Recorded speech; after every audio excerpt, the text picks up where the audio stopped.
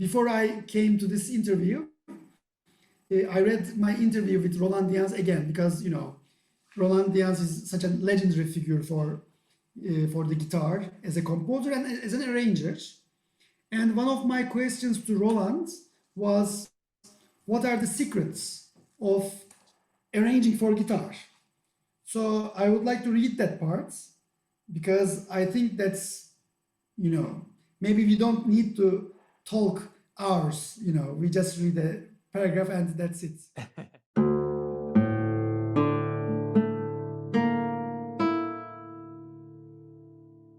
Welcome to the Guitar Arrangers Podcast, the greatest Guitar Arrangers podcast in the history of the universe.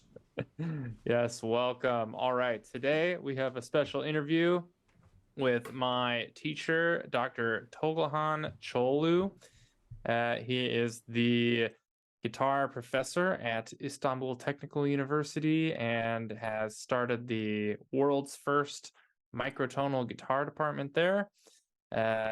He's known for designing several different kinds of movable fret guitars to play microtonal guitar music. And the reason why he's here is he has tons of arrangements for solo classical guitar, as well as arrangements collaborating with many other musicians. And there's also some books and some exciting new books coming out. And on top of all that is very busy making videos on all the various social media platforms. So be sure to check those out. Those will all be in the links below. And without further ado, here is our interview. Can you tell us about yourself and what you do before we get into the arranging? Thomas was mentioning the instructional videos about what microtonal guitar even means. So maybe we can briefly talk about that. Okay, my name is Tolgahan Çoğulu. I'm a guitar professor at Istanbul Technical University, Turkish Music State Conservatory. I've been playing the guitar since I was 12. Now I'm 44. That means it makes 32 years. Mostly classical guitar. In the last 15 years, microtonal guitar. And some acoustic and electric guitars as well, and some fretless fingerstyle whatever guitars as well. Yeah, so that's me. All right, great. And is there like an easy way to explain microtonal guitar? I know this is a topic that could be talked about all day, but how do you normally tell people what microtonal guitar is? Yes, recently I started differentiating it from fretless guitar as well. But in my video history of the microtonal guitar, I also included fretless guitar under, you know, the umbrella of microtonal guitars. So any type of guitars that you can play microtones and tuning systems on it. So does this include, so standard fretted guitars with a microtonal scordatura are also classified as microtonal guitars in my opinion. Okay, so if you change the tuning of a string, exactly. To be... For example, Julian Wood just posted a guy playing 36 tones per octave, perhaps, on the standard guitar in three different strings, on the three different strings. He detunes the strings, and you know, he played 36 tones. So that means he's already playing a microtonal guitar, in my opinion. But because of the timbre maybe it's now easier for me to differentiate the fretless guitars and microtonal guitars, because as the fretless guitars change the timbres of the guitars they are applied to, like if you play an electric fretless on a Fender Stratocaster, for example, you removed all the frets on a Fender Stratocaster, it doesn't sound like a Strat anymore or Telecaster anymore. It is a new guitar, but if you apply my adjustable fretboard system onto a Fender Stratocaster or Les Paul, Gibson Les Paul, it doesn't change the timbre at all. So it is still Gibson Les Paul, it is still Fender Stratocaster, but you can play a Baroque tuning on it. So that's why, for me, microtonal guitars are preserving the timbres of the guitars they are applied to. So you just change the fretboard arrangement. You do it adjustable, you do it Lego, you add more frets, you omit frets and make it 8 tones per octave, 8 Edo guitars, whatever, but they are still the classical guitar, acoustic steel string or electric guitar, they are still the same. The sound timbre is the same. You're saying that the fretless guitars, there's some sort of effect to the resonance of the guitar. I think Tony said this to me before, where you can add frets or change frets instead, but there's something about the having frets that is necessary to maintain the guitar's tone. Exactly. That's the fact. So microtonal guitars should have frets. Differently fretted guitars. Exactly. Exactly. Way we could say it. And whenever you have the frets, you preserve the timbre of the standard guitars, which has been preferred by many guitarists across the globe. So, okay. Yeah. Nice. Wow. So you're famous for inventing the movable fret guitar. So this would be like every string has frets that are only applied to one string and can be moved left or right as needed. You could put more, you could take some off. And then also more recently, the Lego guitar, which is a similar system, movable fret guitar. Yes, and automatic as well. And automatic, right. So But I would like to correct one thing. Sure. I didn't invent, I improved. For example, my first adjustable microtonal design 15 years ago improved and upgraded Lacote's system in 1845. So I can now clearly say that. But Lego guitar maybe improved the first microtonal guitar and harmonic guitar, but it is not exactly like this, but in a way it improved that. And also by converting any specific fret to a fretless fret, so Lego microtonal guitar becomes the first guitar in the world that you can have any frets fretless. So that's unique.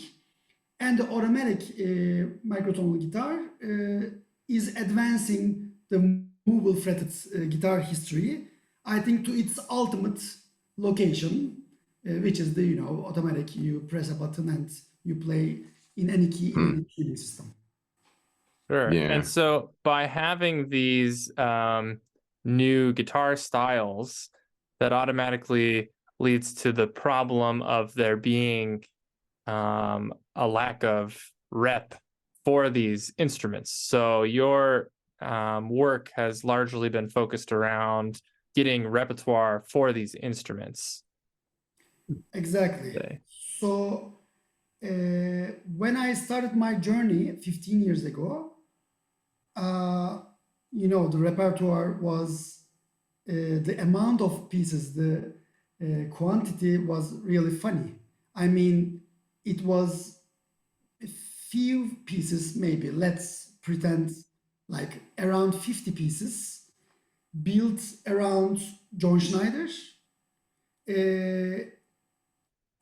and maybe John Cutler, Neil Haverstick.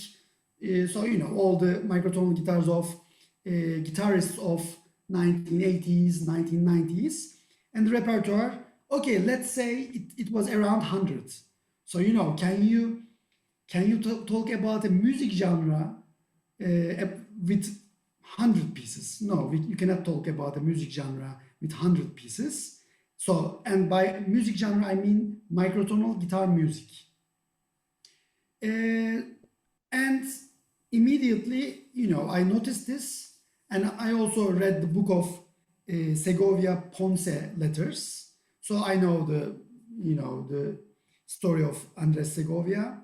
So in a similar fashion, I emphasized the repertoire building.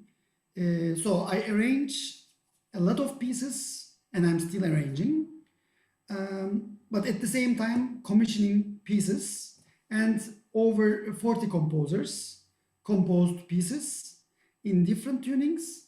But what I underestimated was may have made this guitar available to the world. So I thought about it a lot, but it was too difficult to make it cheaper, make it affordable, and also much better in design.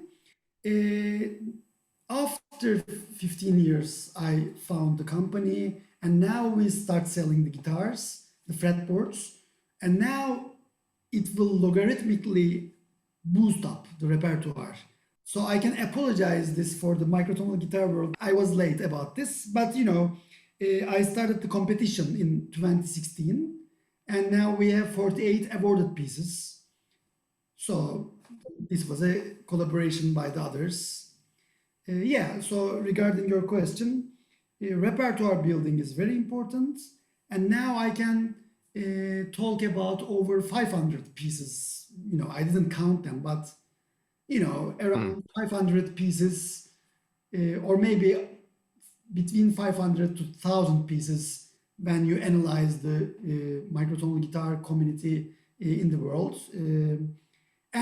But in the next years, in the following years, I think it will logarithmically go up and maybe reach maybe 10,000 faster.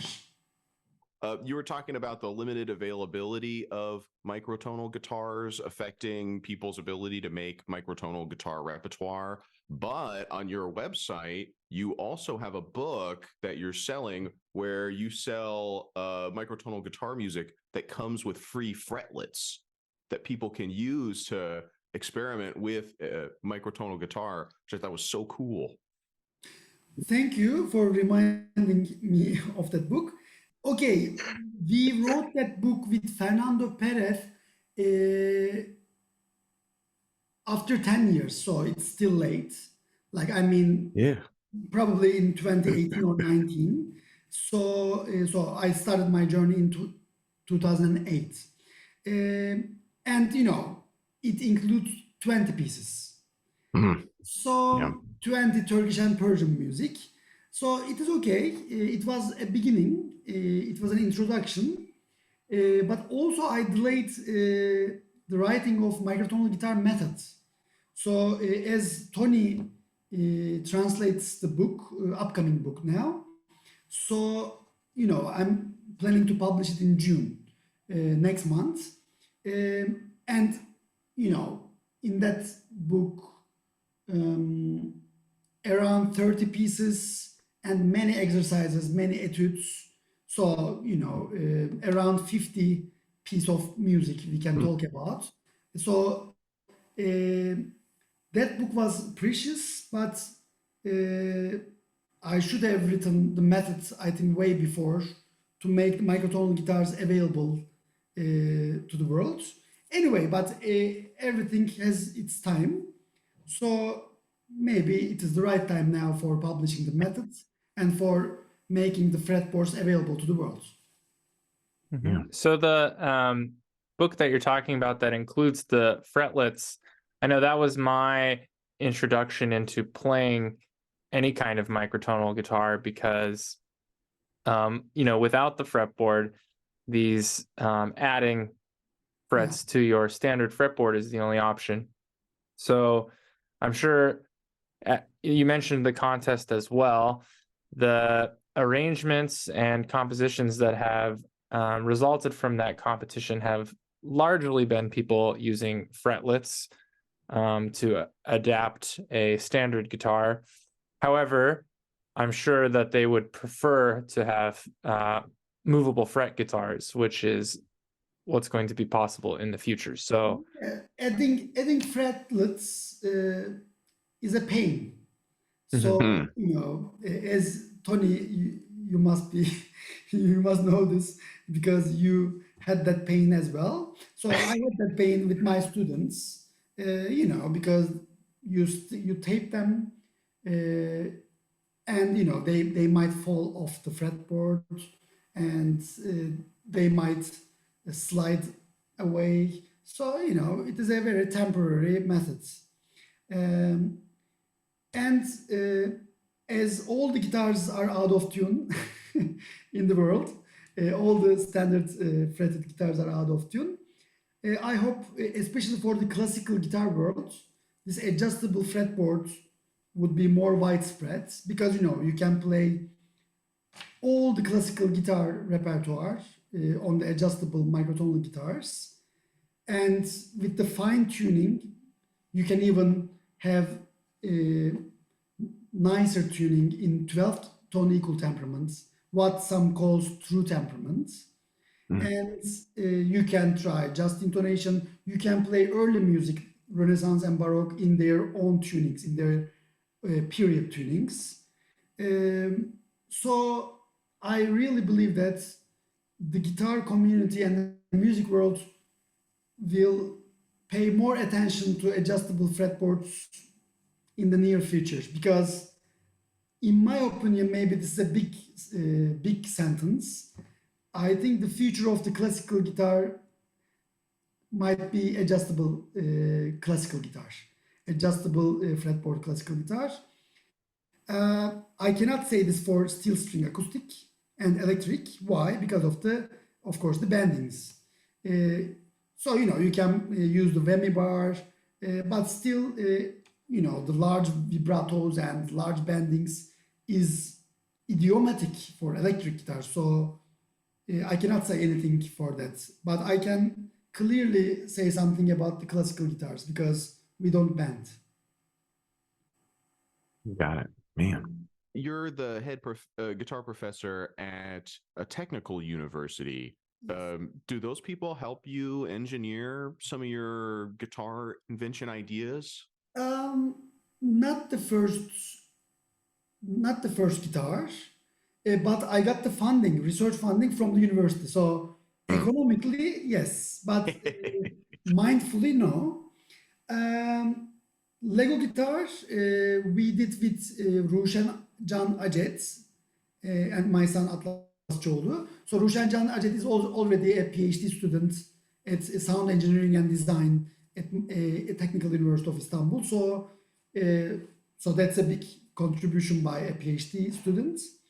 And automatic microtonal guitar has its foundation in the mechatronics department, but after a while it stopped, and I found a graduate of our university's graduate from alumni, Selçuk Keser, to design it. So in a way, they're all related. Yes, Istanbul University.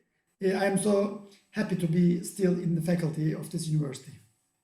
Yeah, and to clarify, when you're talking about an automatic microtonal guitar, you're talking about somehow electronically automating the system of adjusting your microtonal guitar such that you could type into a computer any tuning system, mode, temperament that you could think of, and the computer will electronically shuffle the frets around. Yes, actually, in our first prototype, we have a little screen on on the side of the body, say, sound box, and so we programmed 10 tunings. So, and on the screen, you see Ras Makam in D, KGLW in D. So it is the King Gizzard tuning, or Pelok Selisir in something else in the key. So Pelok Selisir is the Balinese Indonesian tuning. So you press that button. So we use Arduino Mega to program that. And the servo motors holding each frets move the frets to pre-calculated places, and you play these tunings. But it was the first one-string prototype. So, and the project stopped for 2 years. So it's such a shame that I couldn't find anyone and I couldn't find money. But I would like to resume the project with new funding and new people. So that actually kind of leads into a question that I had. So the if you were to in the future have a guitar that can move the frets all into the correct places for any tuning system, the question would be, how do you decide what are the correct places when you're going to arrange? Because it seems like there would be a lot of different options. So maybe that's a part of the arranging process, like choosing the tuning and your fretboard layout. So is that can you explain that process for when you're arranging pieces? This is musical mathematics. So and Chris Forster has an amazing book entitled Musical Mathematics, like over 1,000 pages. And we use the cent unit to calculate the places of the microtones. So a semitone is 100 cents. So so you divide a semitone, so one fret of the standard guitar, into 100 pieces. So for example, if you want to play a quarter tone, this is 50 cents. This is in the middle of the standard frets, in between there.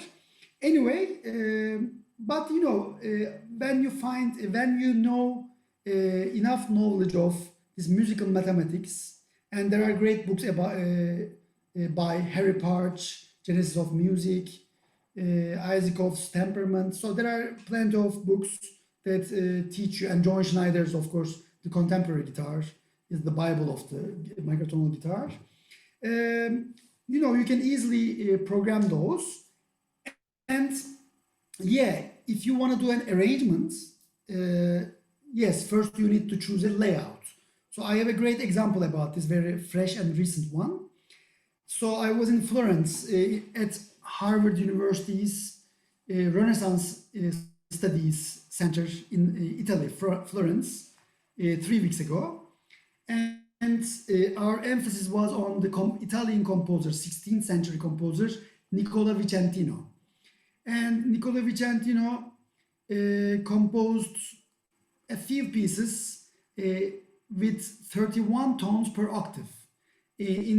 And he explained this in his treatise in 1555.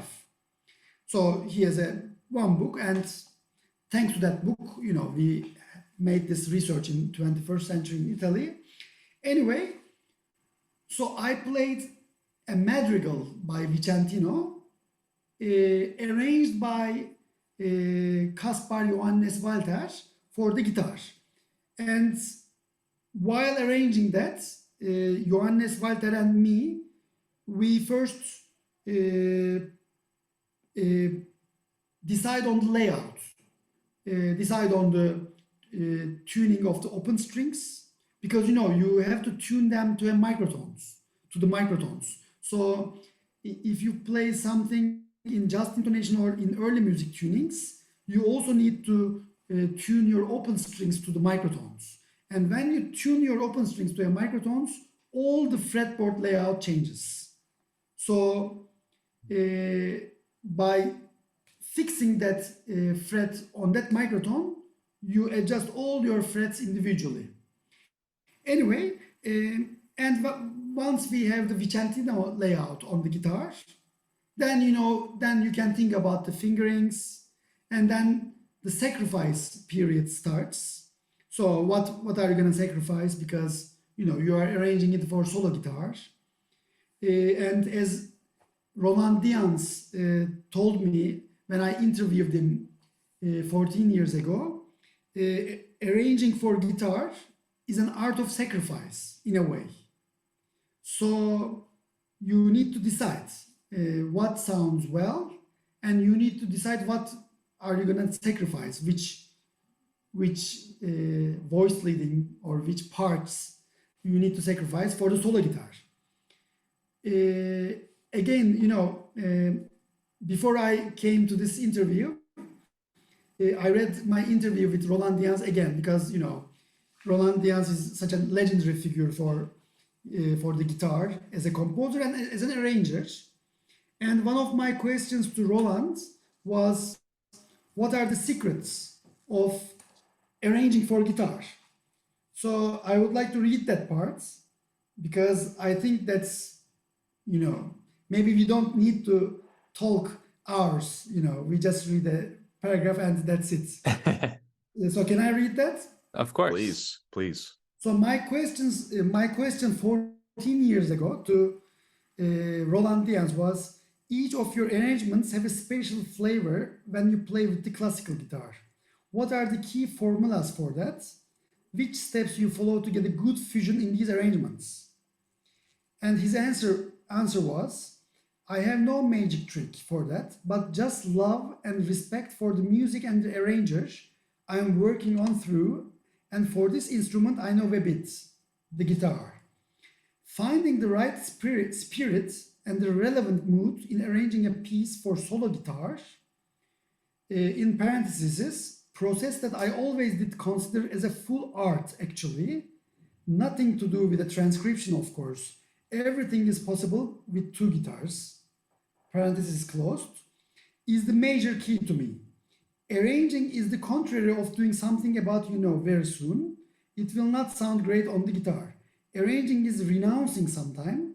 Arranging is the art of sacrifice in a way. You should know what has to be sacrificed, blah, blah, blah. It goes on. But it gives us many clues. So we can arrange anything, he says, for the guitar repertoire as a guitar duo, or as a guitar trio, or as a guitar quartet, or whatever, I mean, not 20th century or 21st avant-garde music, but, many pieces we can arrange, like the full orchestral reductions, we can arrange symphonies.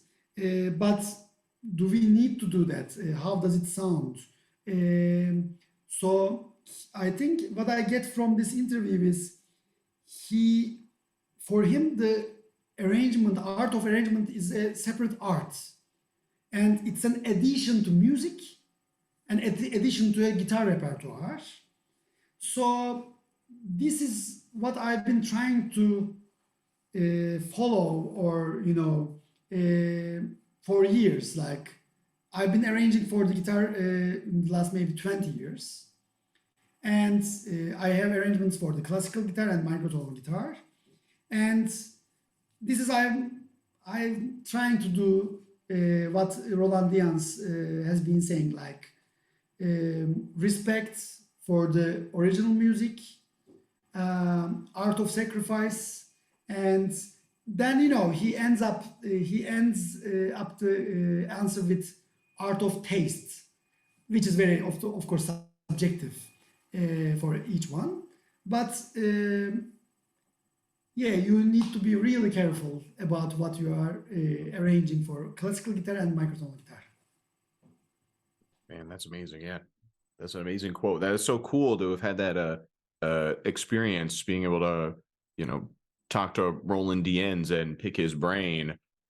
Some of us, I know I will never get that chance. So that's really incredible to have that link to, one of the, I mean, Roland Dians, one of the most highly regarded classical guitarists, ever to live. Yeah. So And that's really amazing.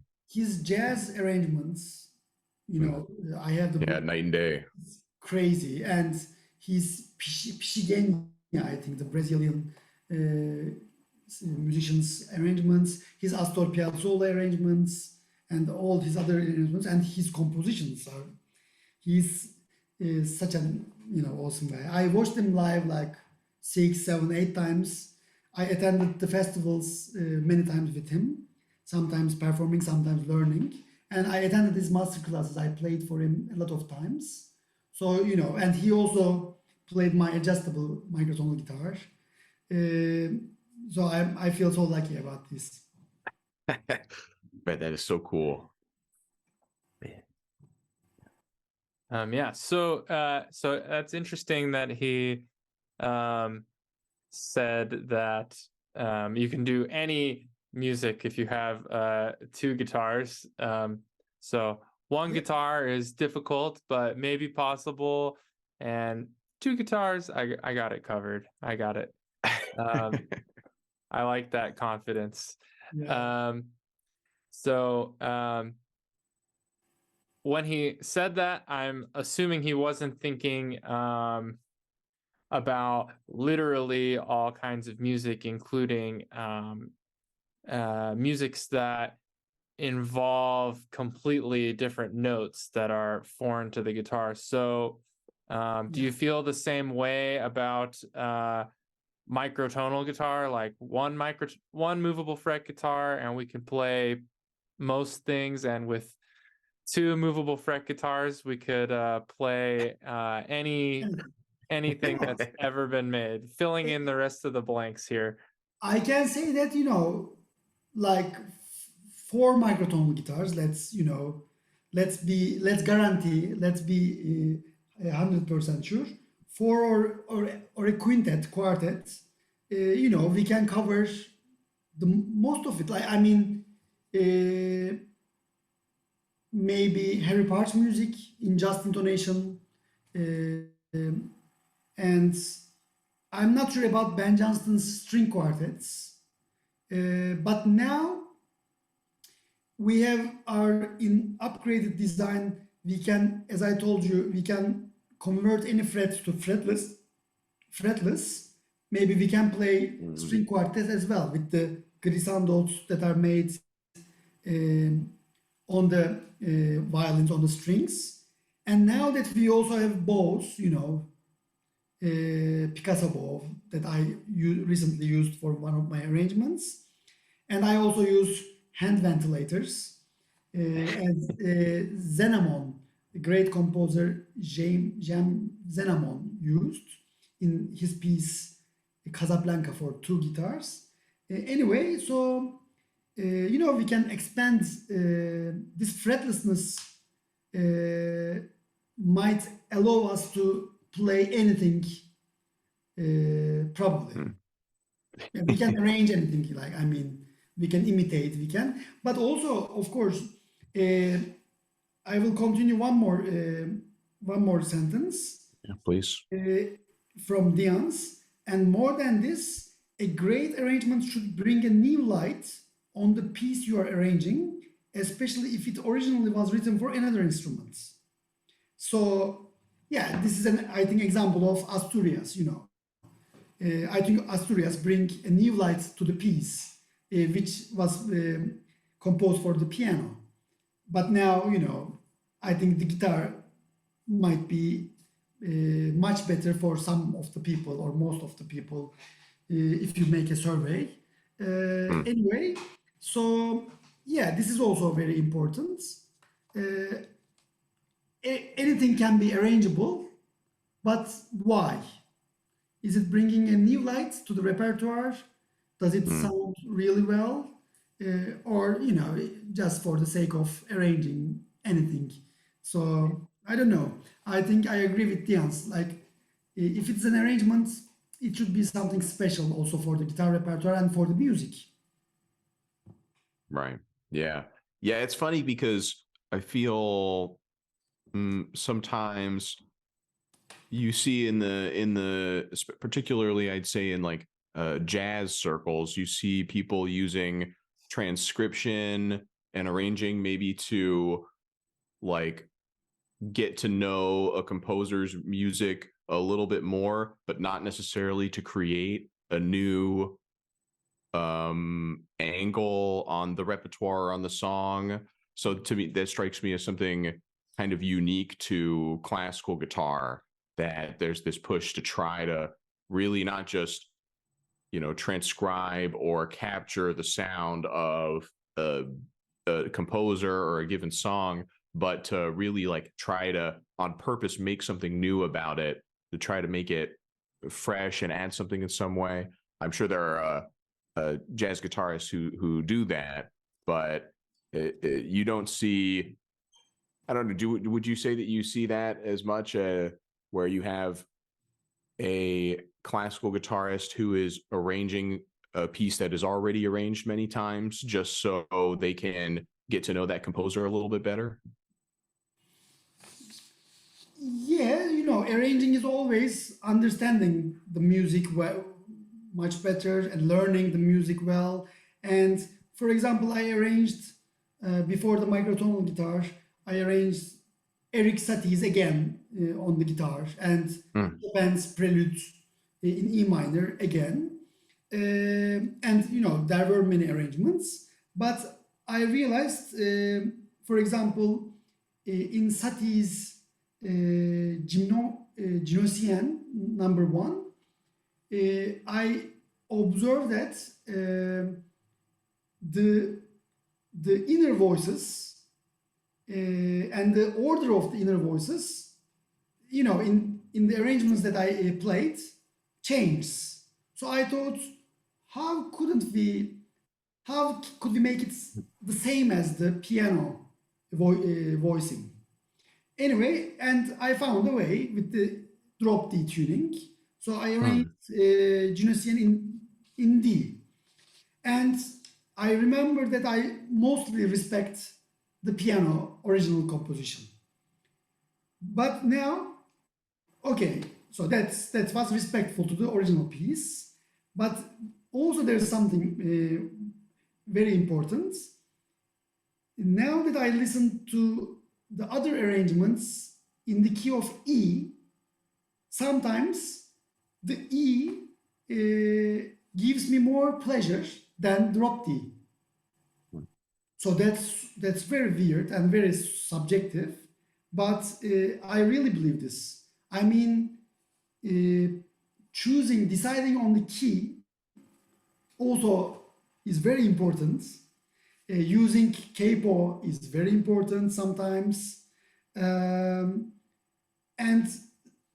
in this example, although you pay respect to the original voicings, maybe the other voicing, which is different than the piano original composition, might sound better in E tuning on the guitar. So these are also some other levels. Anyway, but maybe I couldn't answer your question. Did I answer your question? No, that definitely answers the question. But yeah, you're always trying to try and like take the piece and find out how you can most closely understand it and respect the music that's there. That's interesting. I've never heard of Gymnosien in D. I'm gonna have to go check that out. I didn't see that one on the website. You can also listen to that in my album, Microtonal Guitar Duo, on the standard guitar and fretless guitar. So you can listen to that. But I also have a classical solo guitar arrangement on my at the bottom of my YouTube channel. The bottom. So yeah, and my Chopin arrangement, Prelude in E minor, was published in Spain. So I was very motivated when it was published. And I also liked that arrangement. And I remember that it was some of the Chopin years in Poland, and you know, it was viewed a bit and many people got the score. So I was very motivated during that time. Then I got a Chapman stick, grand Chapman stick with 12 strings, tapping guitar, and I have another Chopin arrangement on it. Oh, That arrangement That's crazy. is crazy in a way. You know, you can attach different, tones to 6 strings and the other 6 strings. So there are 2 different tones. So one, I attach swell effect on my line 6 pot to the melody strings, and the other one I keep acoustic, like an acoustic guitar, and I am quite satisfied with the results. So the listeners can check it on. If you write Chopin stick guitar, it can come up. So these were my trials before my microtonal guitar journey. But after the microtonal guitar breaking point, I mean, I give all my energy for arranging for the microtonal guitar. wow. Are we gonna get a microtonal Chapman stick in the future? Movable fret Chapman stick? Whoa.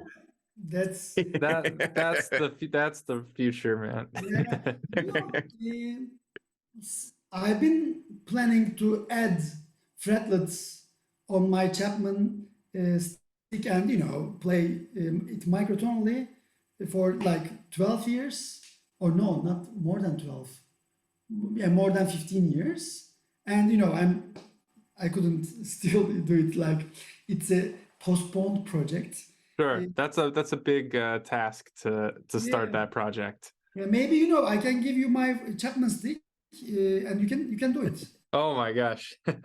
Yeah. I started off as a bass player. I played a 6-string bass Perfect. in a death metal band for many years, so I'm pretty good at tapping, but And I'm planning to maybe I'm planning to sell my stick guitar. So if you like it, you can get it.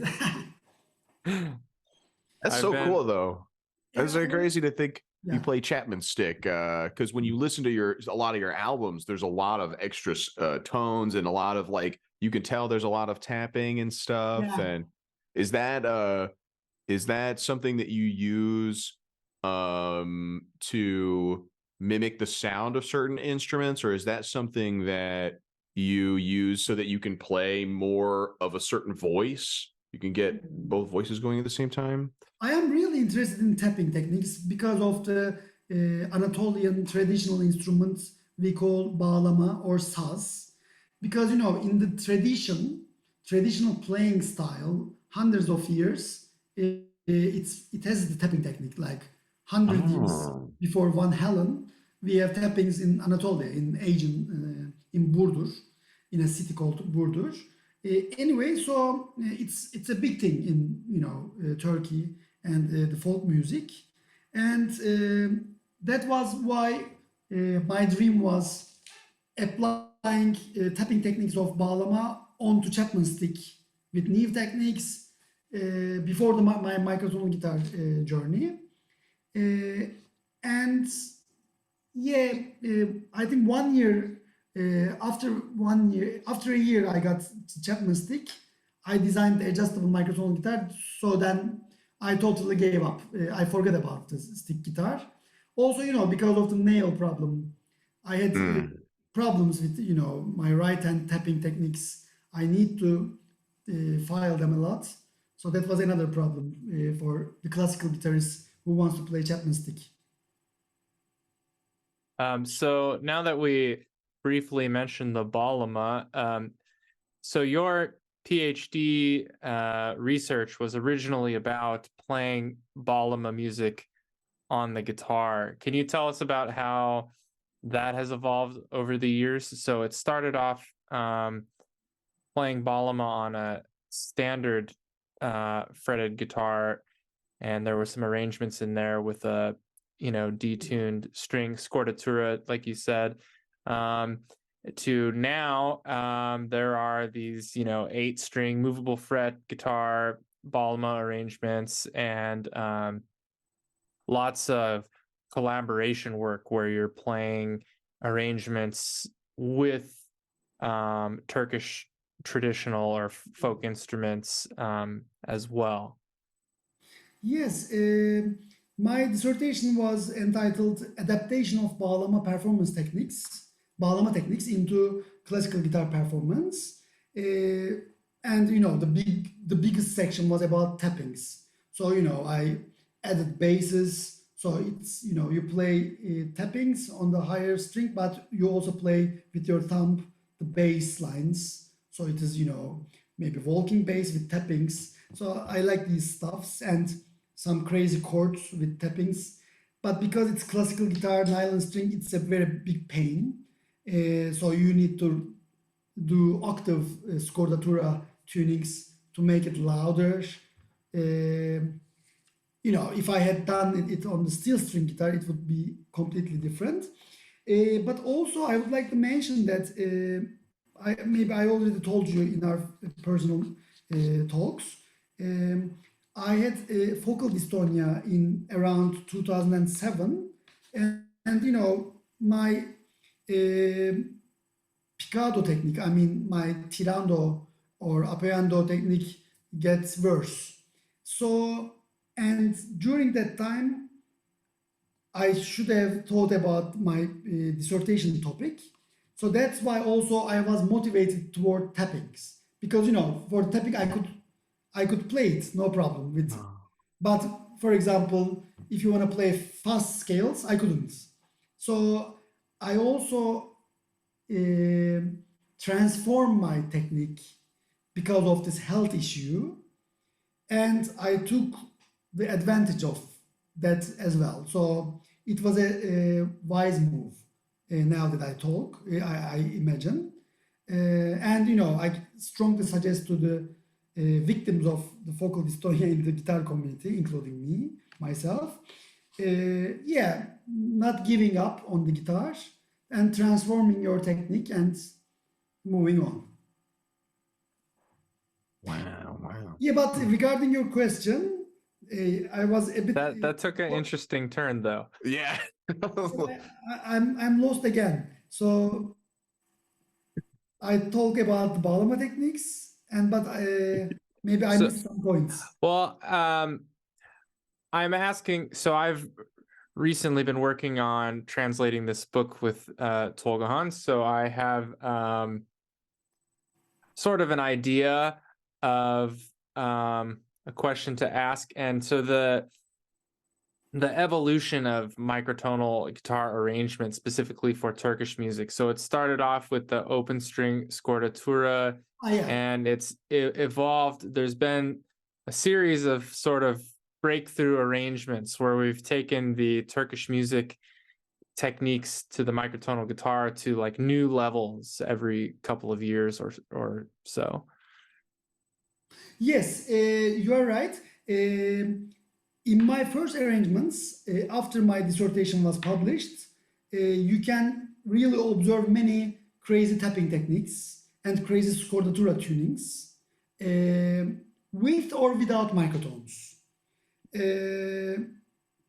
And for example, my first two series arrangements are for standard guitar, with a lot of bağlama techniques, a lot of tapping techniques in crazy scordatura.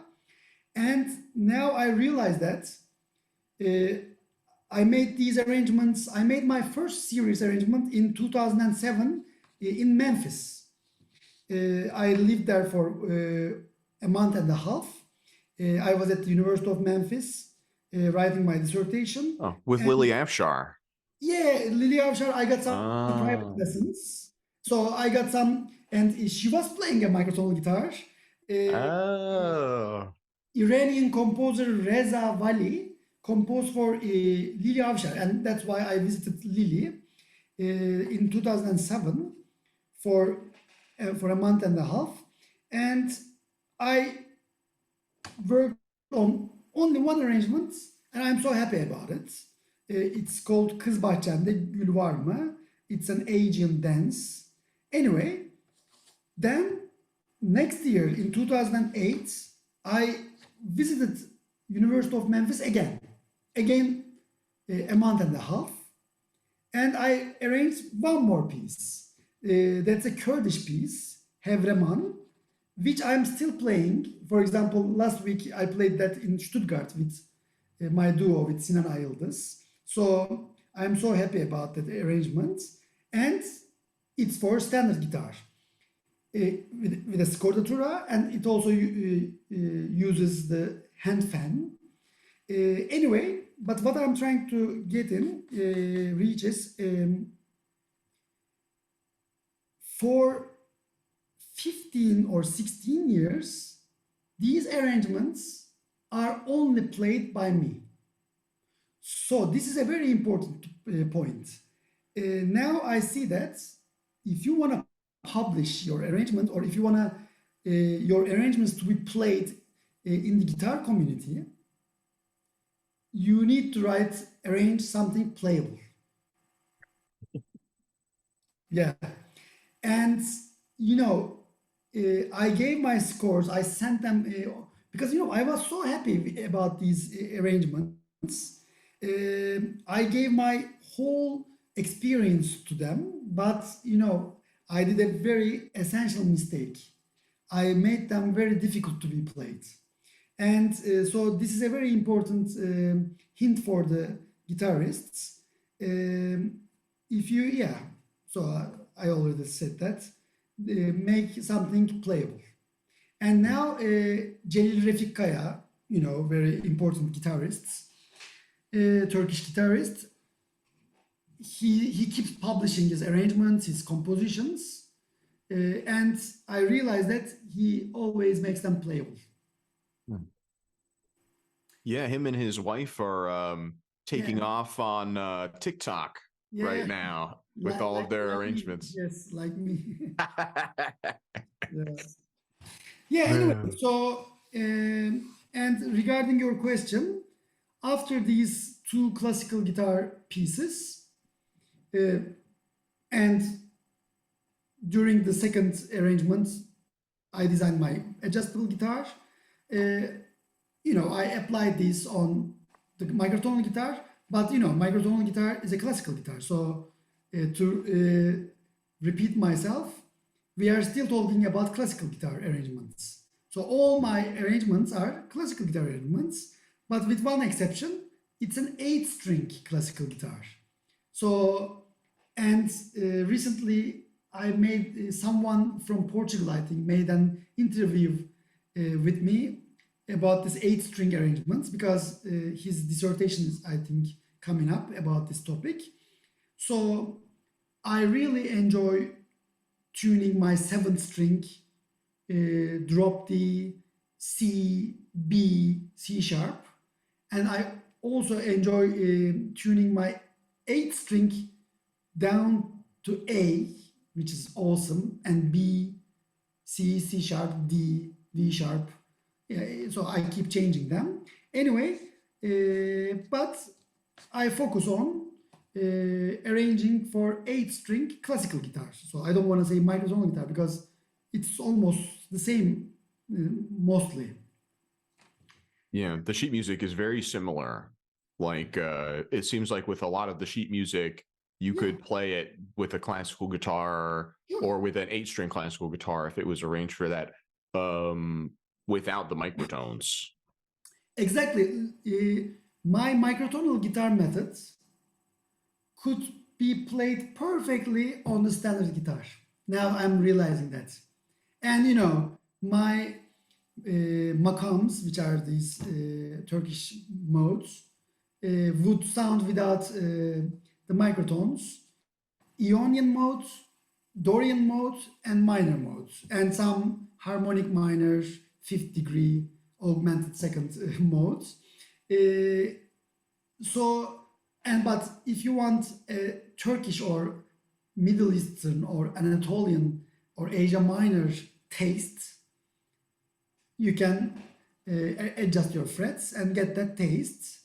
So that's also, I think, a positive thing about it. I think that's good. Yes. Yes, and again, if anybody wants to add microtones to their guitar, you have that available on your website, where you have that book for with free fretlets.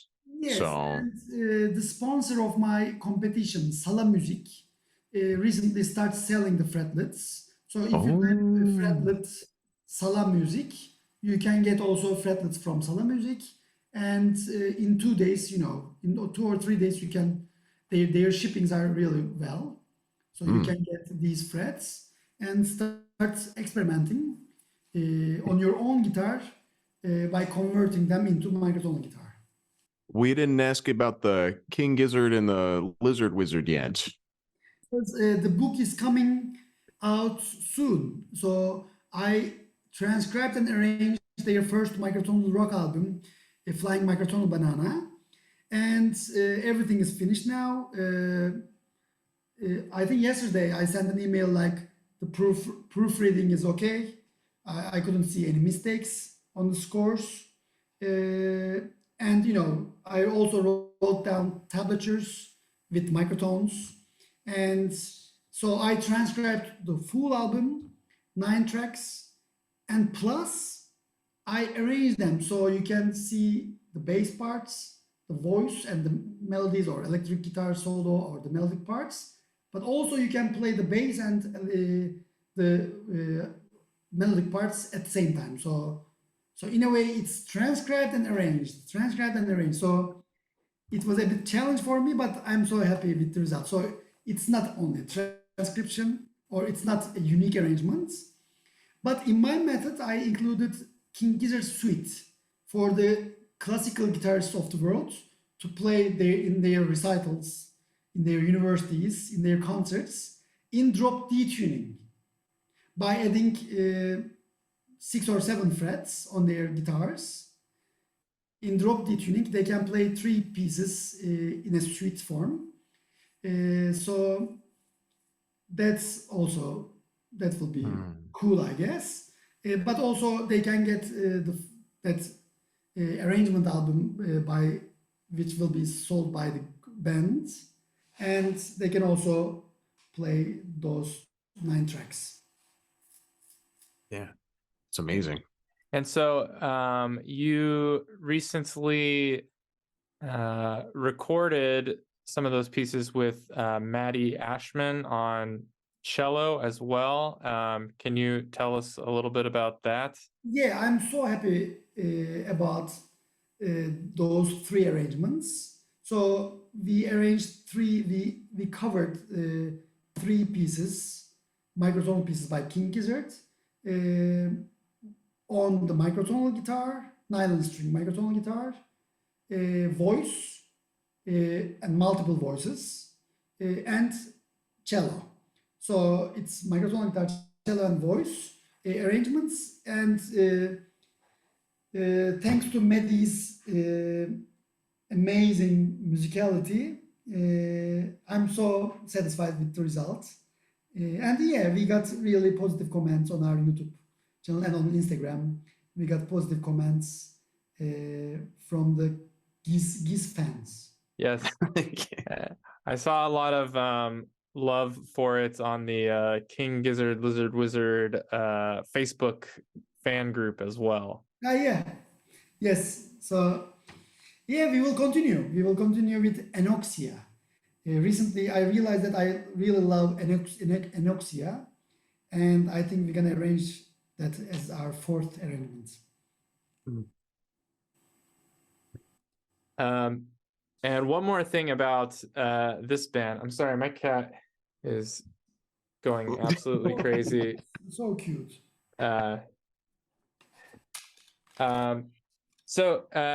Along much earlier, you mentioned the guitar competition. So the arranging competition this year, the deadline is coming up pretty soon. And the first prize in that competition is the King Gizzard Lizard Wizard fretboard guitar. So Fixed with the fret, frets, guitar, King Gizzard one, and thanks for reminding that. As far as I know, that's the only guitar arrangement competition in the world. First and last one, maybe. But maybe, maybe you will be inspired and you can do that for the standard guitar community, which would be a very good idea indeed. Anyway, so we have all the awarded previous arrangements can be viewed on YouTube.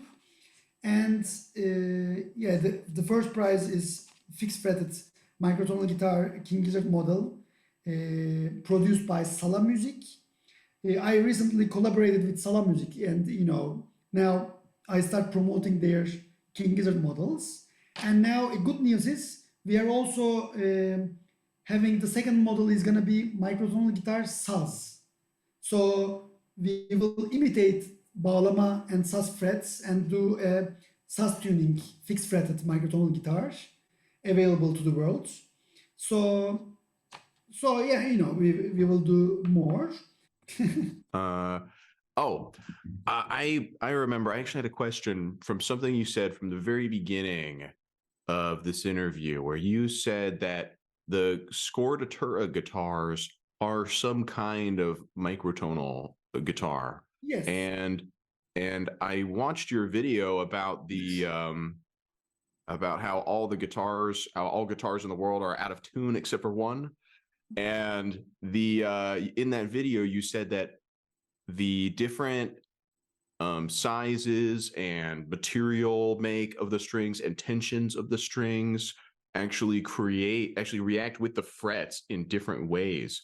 Yeah. And is that part of why the Scordatura guitars are microtonal guitars? Like if you go to drop D, or does that change the microtones of that sixth string? No, but as for example, my friend, composer Agustin Castilla Avilla, for example, composes many microtonal guitar pieces on the standard guitars by detuning the open strings, for example, to 1/3 tone.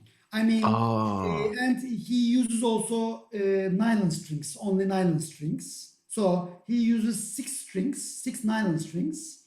And for example, the sixth string is, let's say, E. Then the adjacent string is E 33 cents higher. Other one 66 cents higher. And the other one is F.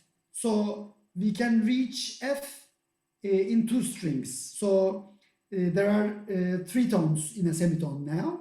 And when you play them, for example, these open strings like the, or maybe the, something like you really go the, like how Jacob Collier divides, the whole tone. You can imitate this on the open strings. And when you play this even fretted, these are also 1/3 tones, or I'm sorry, 1/6 tones. Because when you say 1/6, I think you divide the whole tone to 1/6 tone, which is 2 cents. Yeah, probably it was 1/6. Anyway, so this is what I meant with Scordatura. You detune the open string to any microtone you want. What you were mentioning was the discrepancies in the 12-tone equal temperament. Like, I mean, you press a fret, and if you press it so hard, and if you move your finger a bit to the right, it gets lower. And if you press it to the left, to the peg box, it gets higher. So these subtle discrepancies I was talking about. Yeah, it's funny too, because I've heard of other people. I've actually the Romeros, who don't play microtonal guitars, but they're just these very famous Spanish guitarists. They suggest that when you play a note, if you want it to sustain, that you can rock your finger to one side or the other to continue the note further. So I've heard of that concept of pressing into the fret at a different angle, but I've never seen somebody so clearly like lay out how doing that actually achieves different microtones. Yeah. For example, when I play Bach Prelude 998, So it's still in my repertoire. So warming up, I still play a Bach prelude. And it's drop D tuning. And the last chord is D, A, F sharp. So the 6th, 5th, and 4th string, D, A, F sharp. And so a clue about all the guitarists in the world.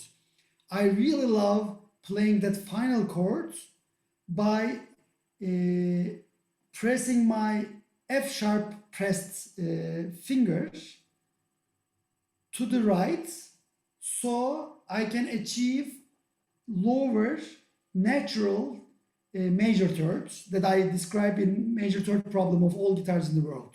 So which is the 5th harmonic of any vibrating string, which is the 4th fret harmonic that we already have all our guitars. It is the natural major third, which is 14 cents lower. And when you press a D major chord, D, A, F sharp, if you press your finger hard and lean it to the rosette. Wow. Yeah, to flatten it. A very nice vibrating D major chord. Yeah. Wow. I was, I should make a video about this. It's in my projects for 10 years and, postponing. Yeah, well, you got a lot of videos, so I could see it would take a lot of time to I have a lot of different things you do. So infinite ideas about videos. But now, thanks to the vertical short video age, now I'm completing many. So I'm so happy. Man, yeah. Sort of related to this topic, I think. Is this the problem that they're trying to solve by these true temperament guitars? For example, there's a company called True Temperament, where they have the squiggly frets, and Johannes Moeller makes these guitars with squiggly frets too, but they're not solving the major third problem this way. They're solving the string discrepancies. Yes, fixing the 12th tet.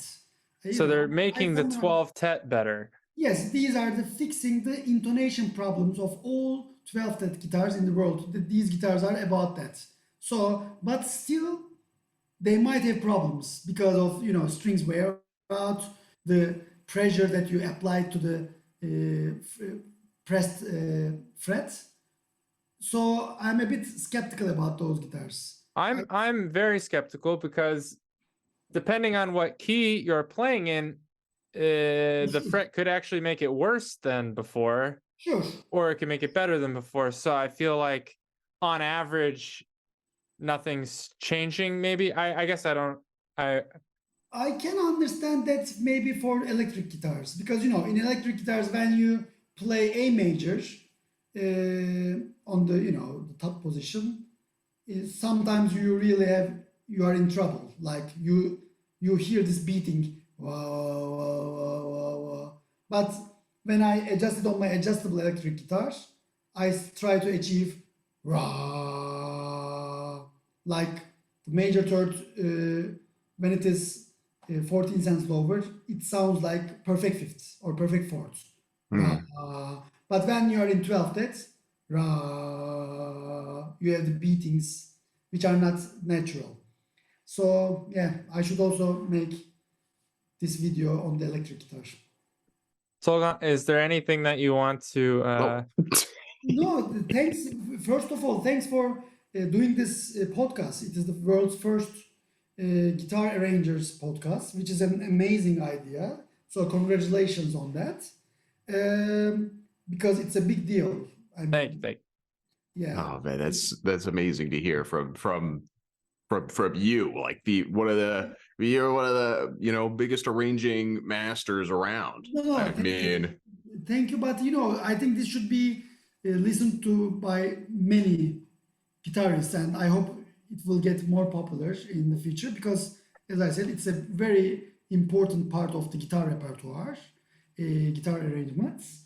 And yes, maybe in the future like in a few years we can meet again and maybe talk just specifically about classical guitar and microtonal guitar arrangements, like in a technical way. Like, I mean, because today it was Mhm. like introduction to microtonal guitar and, you know, a bit history. Yes. But also we can talk maybe after the 10th competition, we can meet again and talk about, for example, the award-winning arrangements in the first 10 years of the microtonal guitar competition.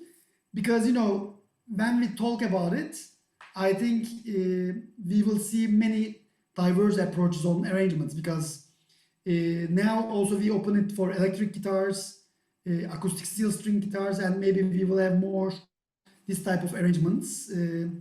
For example, last year the third prize winner was Julian Woods, played with Antlow. They arranged Charles Ives music for 2 electric guitars.